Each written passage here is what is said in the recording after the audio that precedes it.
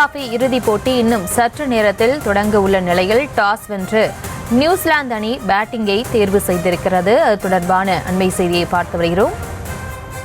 Champions trophy இறுதிப் போட்டி இன்னும் சற்று நேரத்தில் துபாயில் தொடங்க உள்ள நிலையில் நியூசிலாந்து அணி டாஸ் வென்று பேட்டிங்கை தேர்வு செய்திருக்கிறது.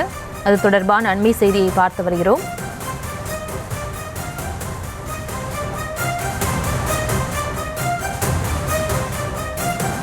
சாம்பியன்ஸ் டிராபி இறுதிப் போட்டி இன்னும் சற்று நேரத்தில் துபாயில் தொடங்க இருக்கிறது. அதனைத் தொடர்ந்து டாஸ் வென்று நியூசிலாந்து அணி பேட்டிங்கை தேர்வு செய்திருக்கிறது.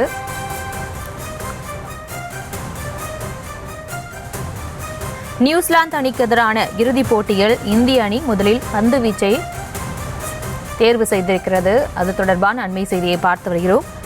சாம்பியன்ஸ் டிராபி இறுதிப் போட்டி இன்னும் சற்று நேரத்தில் துபாயில் தொடங்க இருக்கிறது. மேலும் விவரங்களோடு இணைகிறார் செய்தியாளர் அஜய். அஜய் வணக்கம், மேலும் விவரங்களை வழங்கலாம்.